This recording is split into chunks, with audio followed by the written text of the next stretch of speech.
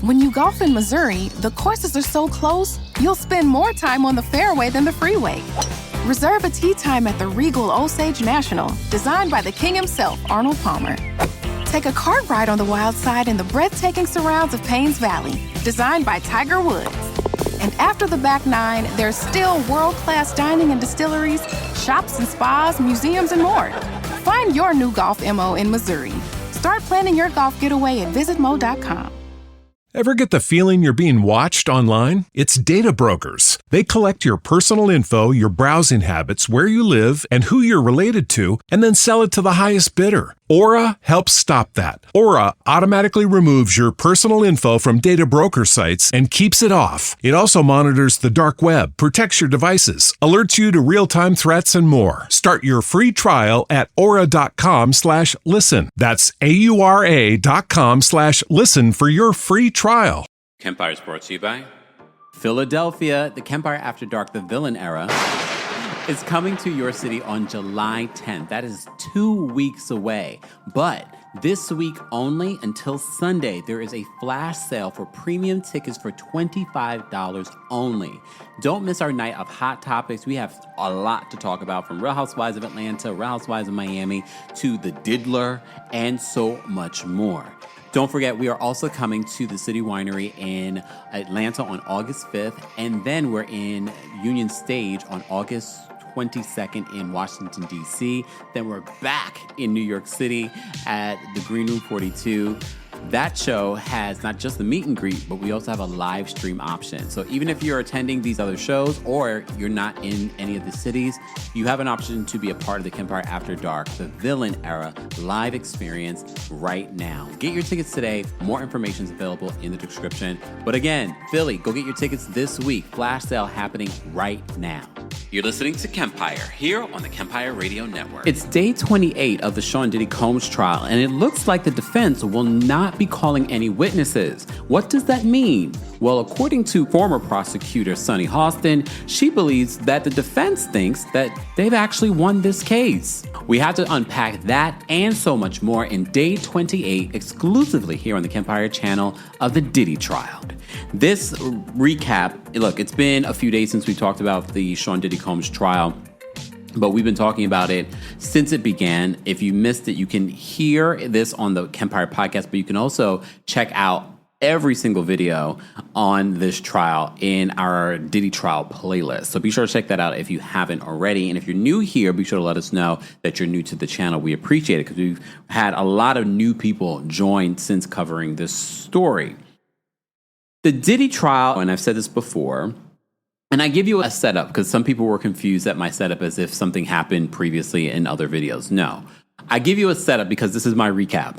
Okay. I don't want to just regurgitate what you can see anywhere else. I'm giving you my perspective. This is not CNN. This is not, and I am not a journalist. I would never claim to be a journalist like some people will do. And they could be whatever they want to be. Okay. I'm giving you my perspective, my reaction to the day's events, what I've discovered, along with giving you maybe some journalistic integrity along with that. But I'm giving you my thoughts because I am a commentator. I am not a journalist. I'm giving you my perspective on what I'm hearing. And then bringing on people that can give you an expert perspective, like Kirsten Brown, when she dropped by here on the channel last week for part 2 of our conversation.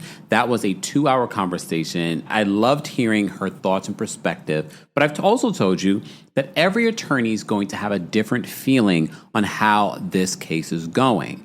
But at the end of the day, this is going to make more sense by the jury and how they have been reacting to the evidence. Remember, there's evidence that the public, the media, has not seen that they are privy to. This week, today alone, they had to watch more freak-off footage. So we're going to get into our summary of the day. But before we get into our summary, I think it's important to hear another legal perspective. Sunny Hostin, who I've played for you guys before, she's been following this case as well and talking about this case on her own show, Outside of the View. I believe it's on Hulu. And she was on Behind the Table. I think that's what they call it, Behind the View. I forgot what they call it. Behind the Table, yes. And she talks about her perspectives and whether or not she would have even taken this to trial.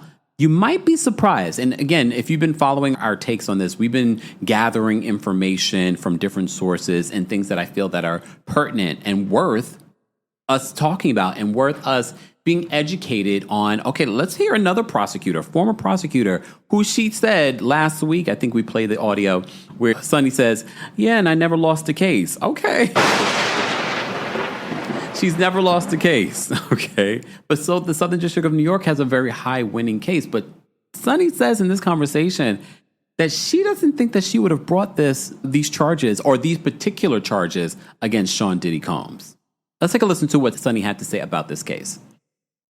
Going to rest this week, so they're going to rest on Tuesday, and the jury will be charged on Wednesday, and summations begin Thursday. And I can't believe it because the defense announced that they would not be putting on any witnesses. No witnesses on the stand except for admitting some evidence. And you know what that tells me? And sidebar, remember we were speculating whether or not KK would be called from the prosecution or the defense. Nope, that's not happening. Remember, Mark Agnafilo, Diddy's attorney, lead attorney on this case, said that he's not sure whether or not Diddy will take the stand. And apparently, shout out to Law and Crime, I also watched the video from their journalist that's been covering this inside the courtroom as well. She says that it seemed as even at the top of the trial, it looked like Diddy could possibly take the stand. We talked about this with Kirsten. It's in the best interest most of the time for a defendant not to take the stand. But she's also has noticed that a lot of narcissistic personalities are usually the ones that will take the stand. That doesn't mean that Diddy doesn't want to take the stand. He could have been advised by his team, yeah, it's not in your best interest. And based off of how this case has gone, a lot of people will say, yeah, you don't need to. Based off the witnesses that the prosecution has brought, wasn't enough to prove all of the charges. All of the charges. Let me remind you, before we get back into this, because I talked about this with Femtaro yesterday, and we did a special Sunday Live doing because I'm giving you a full experience, and you can hear this on our podcast where we have a psychic pull the cards and ask about some of these top stories, including the Diddy of it all. So I looked up his charges just to remind me because we're covering so many different things we forget. So these are the charges, and I will change some of the language just because of YouTube and their guidelines. These are the charges. According to the U.S. Attorney for the Southern District of New York, Combs is charged with operating a criminal enterprise that spanned from 2008 to the present, where he was arrested, 2024, and involved in multiple serious offenses. Specifically, the indictments included racketeering conspiracy under RICO, trafficking by force, fraud, or coercion, and they put in parentheses, freak-offs, or hotel nights, Wild King nights. They were called a variety of different things. And the other charge is transportation for the purpose of prostitution. The prosecution alleges violent and coercive acts ranging from kidnapping and abuse to the use of weapons and forced labor, often orchestrated through his business empire. And there are definitely a lot of elements that you can see that the prosecution throughout these 20-something days were trying to highlight those particular areas. And one of the things that stood out to me in my last conversation with Kirsten Brown, the LA prosecutor, she says, there are a lot of things that might be mentioned during this case that might go over our heads, meaning there are certain things that lawyers are listening to and paying attention to that will stick out to them, but won't stick out to us, laymen's, when following this case. So they said the possible sentencing, so these are the years that he could be facing if convicted of these charges, up to 25 years for the racketeering conspiracy, 15 years to life for trafficking counts. See, and that's the thing. When we think about this, okay, did they prove racketeering? That is very debatable. 15 years to life for trafficking. I think there might be a lot closer to proving that than anything. Then up to 10 years for transportation/prostitution violations, which was what we talked about in regards to the transportation of workers. Taken together, the charges carry the potential of a life sentence in federal prison. All right, so let's get back to what Sonny had to say, because I actually was surprised. They think they won. Wow. They think they won. And having So she's referencing the defense saying that they're not going to call any witnesses. And she's believing the fact that they're not calling any witnesses is that they feel like they have a very strong case here. Sat in the courtroom for a couple weeks now. This was a really good defense. It was a really good defense. And perhaps the prosecution overcharged, charging racketeering. I've said it before. I was a federal prosecutor doing sex crimes and trafficking. I would not have prosecuted this as a RICO case. In terms of the sex trafficking, the prosecution's last witness is somebody from Homeland Security. And he's basically going through a lot of hotel invoices and trying to prove that Jane, she's testifying under a pseudonym, but one of Diddy's ex-girlfriends was sex trafficked because prostitutes were brought in and out of state, in and out of the country. But when Jane testified, she said she wanted to participate in many of them. She chose some of the escorts, paid, she willingly took drugs. And so I think I always say the defense only needs one witness to have reasonable doubt. The prosecution needs all 12 not to have any reasonable doubt. So I don't see how there isn't one person on that jury that is thinking sex trafficking. I don't see it. Racketeering. I don't see it. Perhaps transporting people, prostitutes for sex, perhaps. And we talked about that at the beginning of the coverage of this trial. We were talking about how Law and Crime had said that too. It was like, when looking at the charges, they could definitely see the potential of the last charge of the transportation portion. And even with that, if he gets that, depending on his sentencing, he could literally walk. That's the Mann Act. That's the one that got Governor Spitzer. But he didn't spend the rest of his life in prison, did he? Right, no. So there you have it. It's interesting because before you attended the trial, early on when we talked about this, you said something that stuck with me, and you said this before, that generally speaking, federal prosecutors don't put a case like this together unless they feel like they have it. Absolutely. And so are you surprised? I'm surprised. Yeah. I was, look, it's James Comey. We also have to keep in mind, too, what prosecutors would have done 10, 15, 20 years ago versus what prosecutors of today, very much like even whatever profession, doctors of today, police officers of today, are not made the same. And based on what we've been covering in regards to this case, we all have felt sort of like, it's 50-50. In the very beginning, we were like, it's still 50-50. I don't feel like the prosecution is slam dunking this case. And to hear another prosecutor say the same thing, because even when we did our first interview with Kirsten Brown, Kirsten said the same thing. Still too early. It still feels very 50-50 in regards to this. And even in part two, we're sort of like, it's going to be interesting. It's going to really depend on how the jury and those jury instructions will land. Comey's daughter, Maureen, who I know, and she's leading the prosecution. She's doing a great job. But racketeering is really hard to prove. I worked with G. Robert Blakey, who wrote the statute. I was his research assistant. I know how hard that statute is. And the government has been pretty successful in prosecuting criminally some of these sort of ragtag criminal organizations and fitting it into a RICO enterprise. But the RICO statute is about mob activity. Yeah. I don't see how Bad Boy Enterprises worked as a mob to help. And a lot of us were like, okay, look, they're building that case, but now we're at the end. Have the prosecution built that case? Sonny is saying here, she doesn't feel that way. This is a former prosecutor as well. Help Diddy have hotel nights and freak-offs. It doesn't fit the statute. But the sex trafficking doesn't seem to fit either. And prosecutors, I think, win about 97% of their cases. So they go to trial. Celebrity always confuses things a little bit, I'm sure. Celebrity confuses things a bit. And this case is something unlike I have ever seen before. It really has been. And that could also change her opinion on this because of how different this case is, that she hasn't seen anything like this before, which could be part of the reason why they're prosecuting this the way that they're prosecuting it. But again, this will be interesting to see how the jury takes this.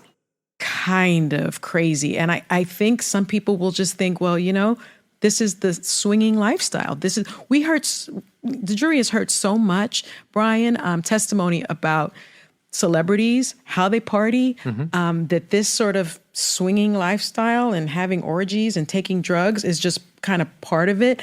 A lot of the women said, Yeah, he introduced me to voyeurism and the swinging lifestyle. And I was into it at first until I realized that 90% of our relationship would be that. But they were kind of okay with it at first because they just thought that maybe that was the lifestyle. However, and we've talked about this before, even if you are married to someone, the moment you say no, you mean no. And your partner needs to respect that. So if you get into a relationship with Diddy and you thought, okay, this is going to be something once in a while, and it becomes 99% of your relationship, now it's leaning into the world of abuse. But is it the charges that he's facing? Should he been charged with something else at the state level? Yes, without a doubt. I mean, these closing arguments, from what we heard, are going to be like 4 hours each in regards to both the defense and the prosecution. This shroud of celebrity is all over very this different case. Parties than, I am too. Yeah. I'm not going to these parties. No, I and don't you're a know. celebrity. You've been to parties. You go to good parties. I go to pretty good parties. Yeah, I don't get it. All right, so taking your legal... Sunny said, I'm not, because she knows Diddy. And again, I've said this before and I'm going to keep saying it. Just because people have gone to a Diddy party doesn't mean that they were involved in freak-offs. One of the things that we have to say by the end of this, none of these big old freak-off parties where celebrities were allegedly at were brought up, or at least based on what we've heard, submitted in evidence. Those freak-off videos that the jury has seen today were just Diddy, an S-worker, and his then girlfriends. So, and I'm not saying that those don't exist, because Jane did mention a party where there was a well-known rapper who people are speculating allegedly may have been Kanye and his wife Bianca. So she described that, oh yeah, there are these things that happen in entertainment that, and I don't know if she mentioned if they were being recorded or whatnot, but again, is that against the law? Well, if a person doesn't want any involvement and they say no, yes. But is it the racketeering of it all? Is it the S trafficking? We shall see. But let's get into our summary for today, day 28 of the Sean Diddy Combs trial. Just a reminder, NBC News reports, it says New York federal prosecutors are expected to rest their case against Combs today. They will rest tomorrow. Because this is earlier in the day when they reported, Combs' defense team has signaled it will need around 2 days to present its case. If that rough timeline holds, closing arguments could take place on Thursday. As you also know, Brendan Paul, Combs' former personal assistant, testified last week. During his employment, he was instructed to buy thousands of dollars worth of various drugs for Combs' use. Paul told jurors he once went without sleep for 3 days and was once asked to buy thousands of dollars worth of drugs. He said that Combs didn't take no for an answer and compared his staff assistants to the U.S. military SEAL Team 6. And we talked about that. We learned a lot about that. On Friday, federal prosecutors walked jurors through text messages from Combs' former girlfriend, Cassie Ventura, to the music mogul. In one text, May 2nd, 2017, Ventura said that she didn't deserve to be beaten by him. That's not love, that's possession, Ventura wrote, apparently referring to the 2016 hotel assault recorded on video. The defense also entered a March 18th, 2017 text message from Ventura into evidence, where she said, I love our FOs, where we both want it. When we both want it. She wrote in reference to freak-offs. The defense has tried to show some element of dual consent in Combs and his girlfriend's sexual encounters. All right, so day 28 goes into session. So according to the government, they expect to rest their case tomorrow. Assistant U.S. Attorney Maureen Comey told the court that Joseph Cercilio, a special agent for Homeland Security investigations, is expected to testify all day. That means the government won't rest its case in chief until tomorrow, setting closing arguments as early as Thursday. And we've talked countlessly as to why didn't KK testify. One of the things that Kirsten Brown said to us, that some of her text messages alone could be enough as her testimony. So the special agent with Homeland Security testified, is back on the stand, and was asked about text messages Combs sent. In one text, Combs' chief of staff, Christina Curran, planned his stay in Las Vegas hotel, where it appears he was planning a hotel night. She texts saying she had a room in the Waldorf Astoria, Las Vegas, put Plan B in his nightstand, and said a jeweler selling Van Cleef can meet him in New York. Jurors wore headsets and focused on screens to watch what appeared to be freak-off videos involving Combs' former girlfriend, Jane. We say it appeared because this was not played for the court, just for the jury. Cabral, an S-worker, who was among the regular partners of these rendezvous, is expected to be in these sets of videos. Federal agents discovered 50 explicit video files in Combs' possession that were created from December 17th to the 21st of 2021, the witness said. The jury was shown 2 of these video files. Combs looked around the room as the video played in court, rather than at the monitor showing the explicit footage in front of him. At the same time, defense attorney, this has got to be such a weird case. Just, I don't know if this has happened before in court where they play explicit video to the jury, but like nobody, the intention behind these videos, I'm sure, were not for them to be seen by anyone besides the people involved. And now there is a jury that is seeing this. Okay. Combs looked around the room as the video played in court rather than at the monitor showing the explicit footage in front of him. At the same time, defense attorney Nicole Westmoreland and Combs' mother Janice focused on the jury's reactions to the graphic videos. According to Law and Crimes reported that they had in there, she was asked about their reaction to just in general and also Diddy's demeanor. They said Diddy's demeanor hasn't changed. It's been the same. He's alert. He's looking around. He's looking at the jury. Is he engaging with the jury? Not more than he has already been. So I don't think that much of that has changed, but the judge has not kicked him out of the court, even though he threatened it. He threatened it a couple of weeks ago. They continue in regards to S-workers' travel records, a link to Combs' Amex. Jurors were shown flight and hotel records for Cabral, an S-worker, mentioned frequently in this trial, who travels appear to be paid for by Combs. Prosecutors showed that Cabral stayed at the Trump International Hotel and Tower in New York in September of 2023 after arriving on an Atlanta to Newark flight, all on Combs' American Express card.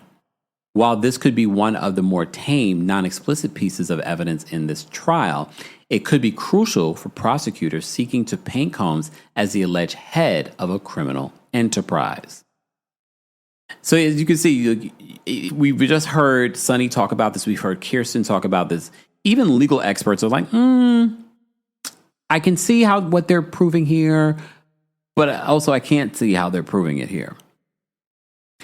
As texts between Jane and Combs were discussed in court, Combs hung his head for several minutes. Combs, dressed in a white sweater and glasses today, appeared to be reading something in his lap.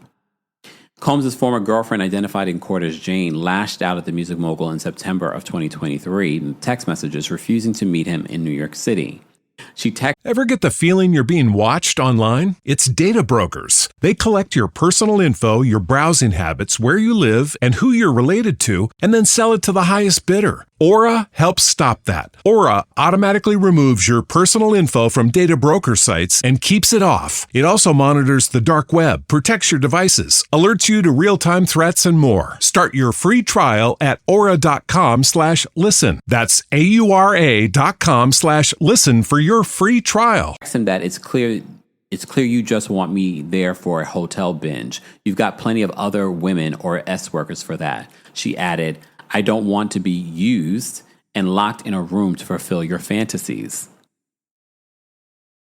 So to me, again, that is her saying, no, I don't want to do this. Combs was and again, the other part of this element, they're saying that he would hold the paying her bills and her rent over her head in order to entice her to continue doing these freak-offs. Combs was such a frequent user of male S-workers' agency that the music mogul argued that he deserved cut rates according to text messages with the provider. So that was read in court. In a chat with the Cowboys for Angels representative named Bridget on September 26, 2023, Combs wrote, "Stop raising my rate. I'm a long timer." Okay. The agent said it wasn't up to the company, but the worker himself, Cody, who told Combs the best guys have high rates. Bridget added that she was contractually obligated to the rates on the website. Combs said it was okay. Not him being cheap. He had to be cheap because we were just saying this the other day. His assistants did not need to work around the clock. You could just hire more assistants. So he's definitely, and look, he's been accused of stealing from his artists for years, like greedy. The best guys have the highest rates. Bridget added that she was contractually obligated to the rates on the website. How do you have a website that, I don't know, I guess you can have a website with illegal activity?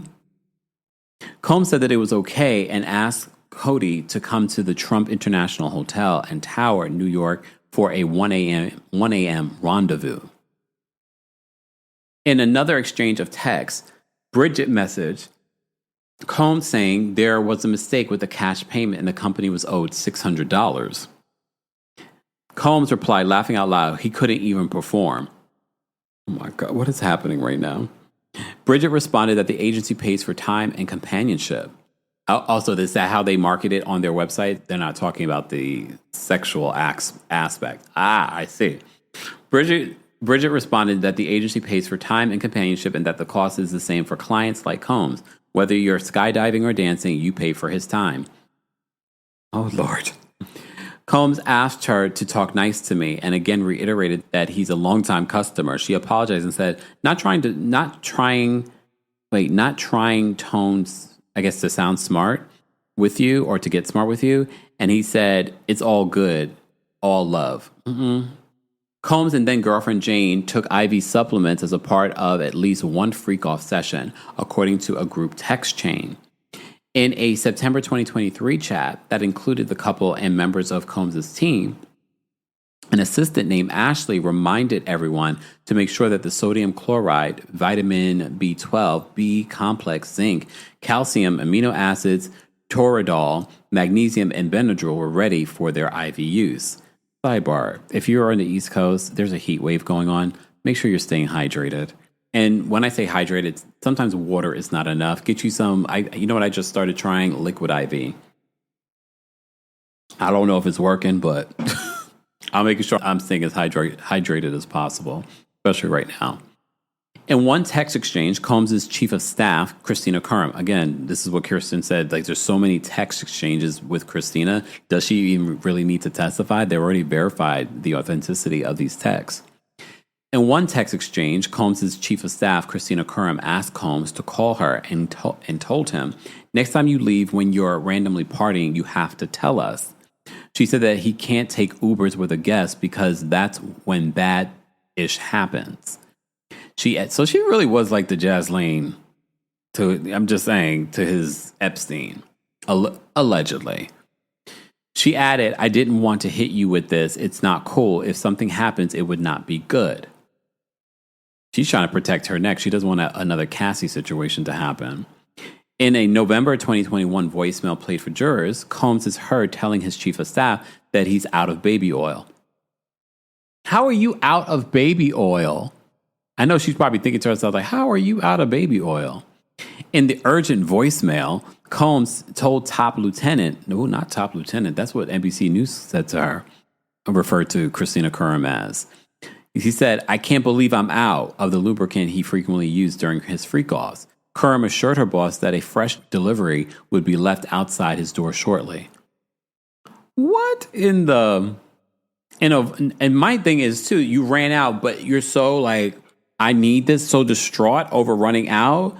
Just finish off and be done. You'll get some for your next one. There's something there psychologically. We're not talking psychologically here, but there's definitely something. We need to bring a psychologist on. All right. In a voicemail to his chief of staff, Combs wanted someone to bring him his Apple TV system, whole milk lattes, coconut water, 7 bottles of baby oil. Y'all, okay, for those that aren't familiar, some people might not be familiar with baby oil. Hear me out. baby oil already, you don't need a lot of baby oil for it to be like, oh, I put a little too much. You don't need a lot of baby oil. So the fact that he needs 7 bottles, no wonder there was so much damage. Wait, didn't they say, wasn't it Philippine that said that they filled, or someone said this there's so many witnesses, so many documentaries, they filled like a tub with baby oil? What we did find out during this trial, though, is that the baby oil, according to Cassie, were not laced with anything, because that was speculation as well.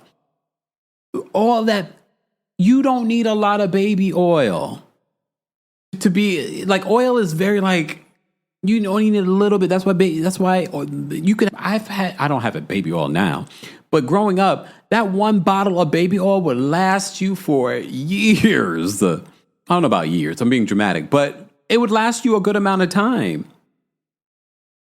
All right. So they said that these are the things that he needed. He needed 5 bottles of Astroglide as well. Astroglide probably too is like the same. Isn't that sort of like the same texture? Maybe not. I don't know. But it's still like a jelly thing. And some vegetable soup. Oh gosh. From the high-end grocery store. Erewhon. I've never been to Erewhon, but I hear it's fabulous but expensive. Combs wanted the order filled so I don't have to call anybody about it later, he said in a voicemail. They said voicemail here, but I think these were voice notes. He used to love leaving voice notes.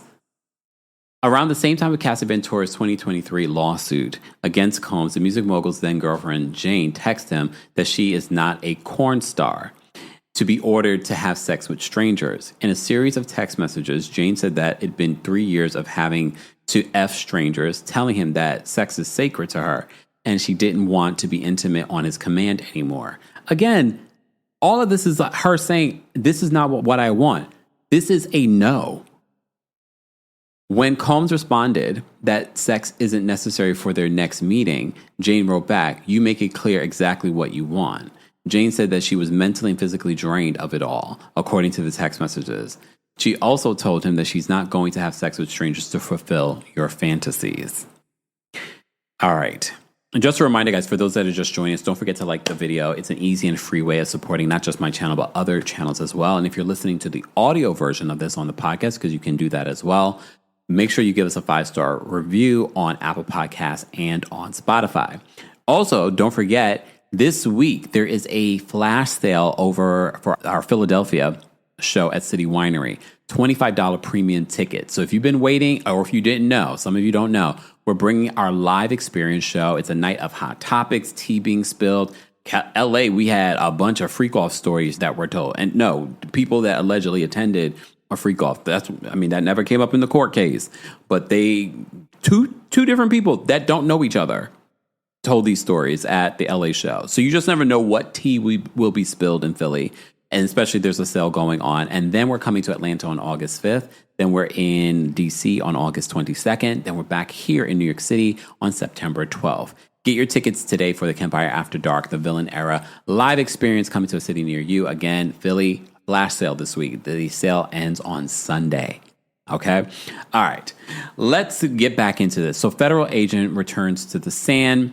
The HSI special agent, Cercilio, returned to the witness stand for cross-examination by defense lawyer Tenny Garagos, Mark Garagos' daughter.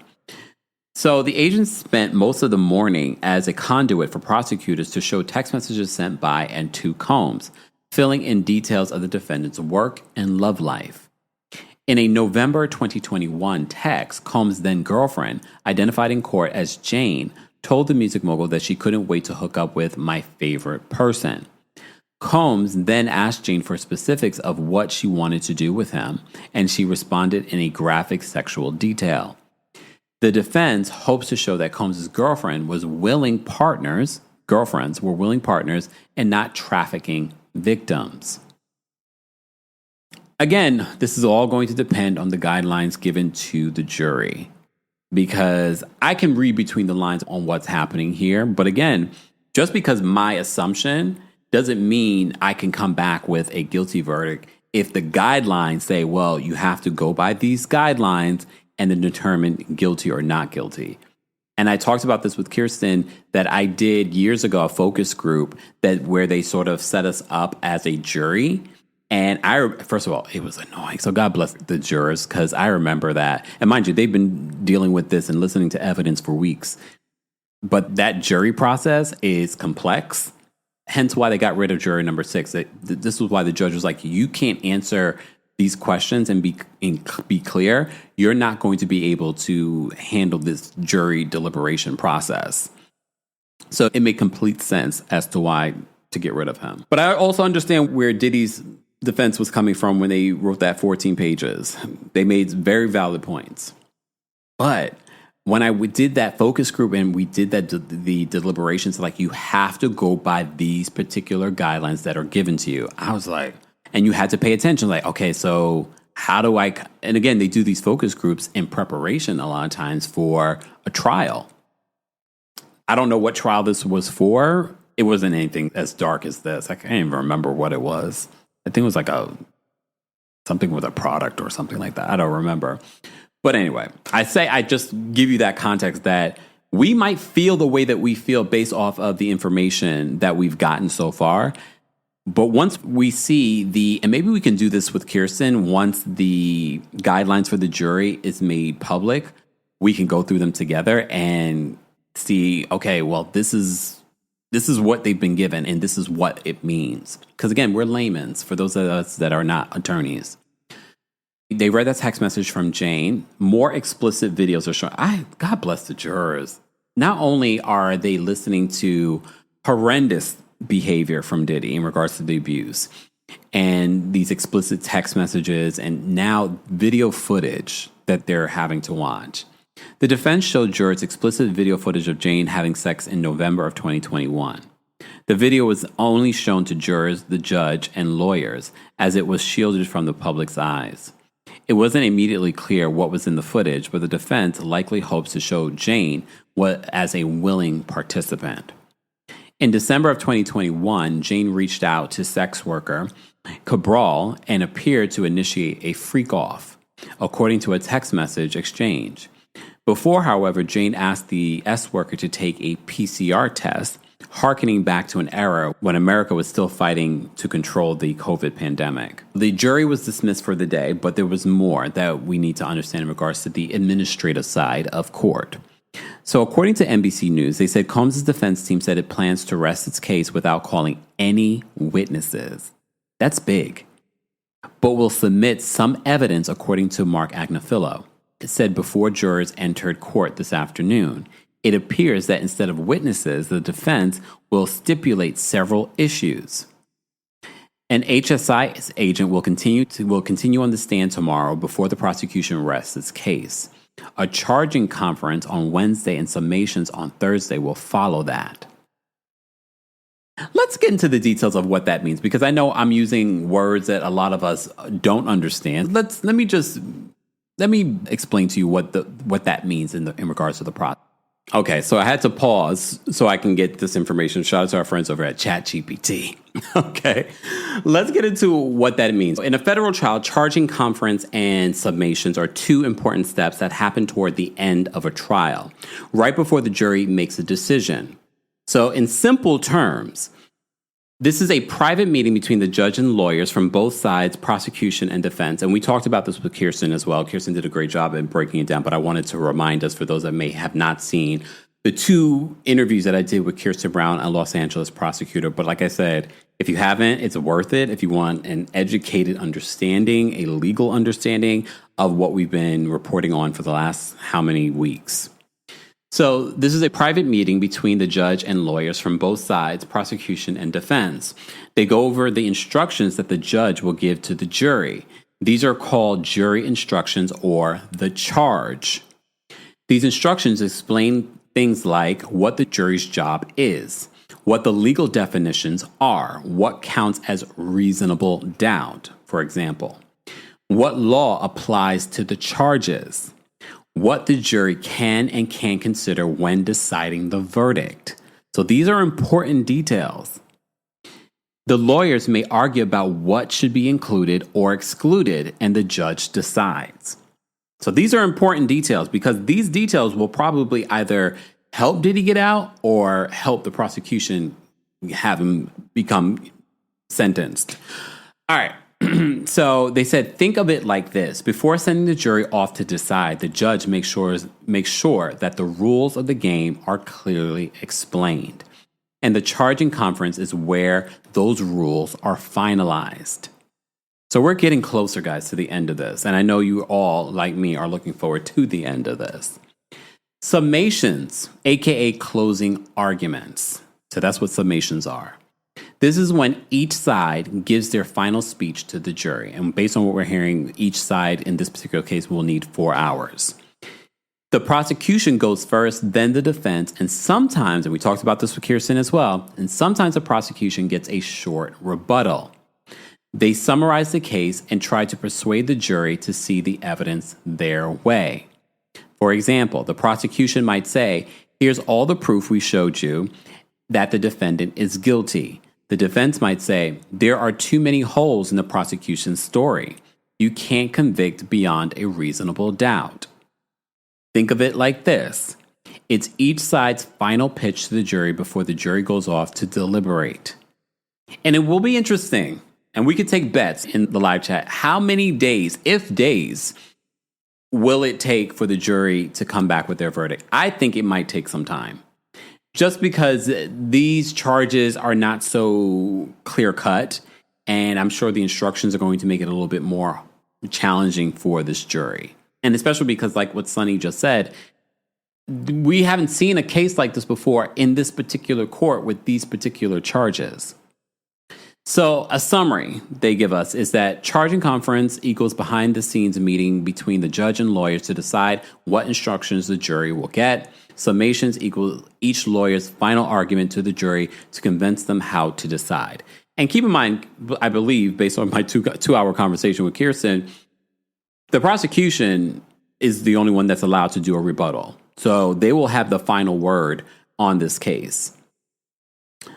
So that will be interesting. That will definitely be interesting tomorrow. So the defense will not be calling any witnesses, which it's pretty interesting because it is saying that they feel like they don't need to call any witnesses, not even character witnesses, because in their heads, you already believe that Diddy's a terrible person, but did he commit the crimes he's being accused of? Defense lawyer Garrigo said it's expected that each side, that the prosecution and the defense, will take about 4 hours to make so maybe it's a combination of 4 hours to make its closing arguments to jurors. Those final words could be spoken on Thursday, with jurors getting their first chance to deliberate on Friday. On Friday, guys. I can't tell you I'm happy about that because I will book a trip if they come to deliberate the following week. That's the only reason. I'm glad that I didn't travel during this time because I've been really great that I've been able to connect with Kirsten and talk about this case with her and educate ourselves on this case. Connecting with you guys in the comment section. A lot of you are new to the channel as well. If you're new, be sure to let us know so we can all, we are a community here on the channel that respect each other's opinions, even if we don't agree, because you guys don't always agree with me, which is fine here, as long as you're respectful in sharing your opinion, because I think I'm respectful in sharing my opinion. But I'm glad that I decided not to travel during this time. I didn't even get to travel for my birthday. Whoa, I didn't get to travel for my birthday in May. I was here I can't believe it. But again, shout out to the other content creators and journalists and lawyers that have been following and helping us all piece this story together, because video and audio were not allowed in the courtroom. Shout out to all of you that were down there every day, that are down there during this heat wave. You guys are all greatly appreciated. Make sure you do something for yourself after this trial is over as well, so that you can ground yourself and get your energy back. Because I can only imagine listening to this stuff every day, actually in the court, listening to every day, can't be good for anyone's mental health. Especially because I'm sure people have either been through similar situations or know people that have been through similar situations, and it can be quite triggering.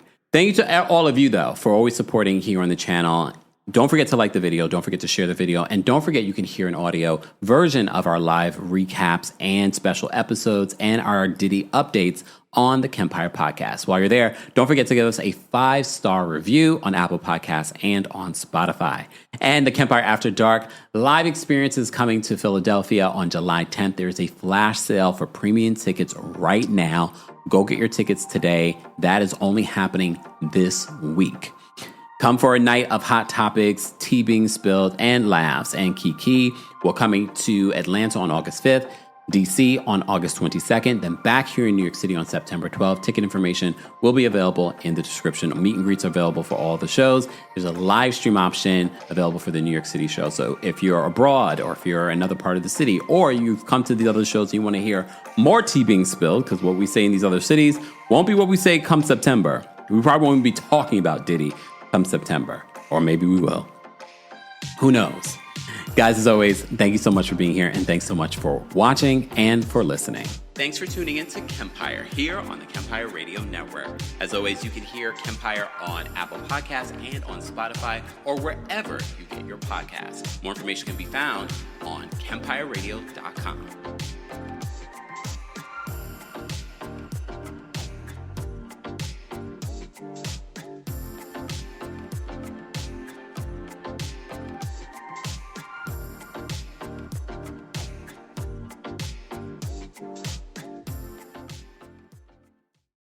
Get more than you expect with the $5 meal deal, part of new McValue. 5 gets you a McDouble or McChicken and a small fry and a small drink and a 4-piece McNuggets. Woo!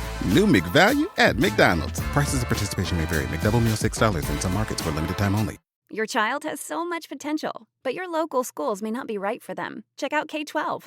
K-12-powered schools are accredited tuition-free online public schools for students in kindergarten through 12th grade. This is not your typical homeschooling. With state-certified teachers specially trained to teach online, your child will learn at their speed, at home, with innovative, engaging technology. Join the more than 3 million families who have chosen K-12. Go to k12.com/podcast today to learn more. That's k12.com/podcast.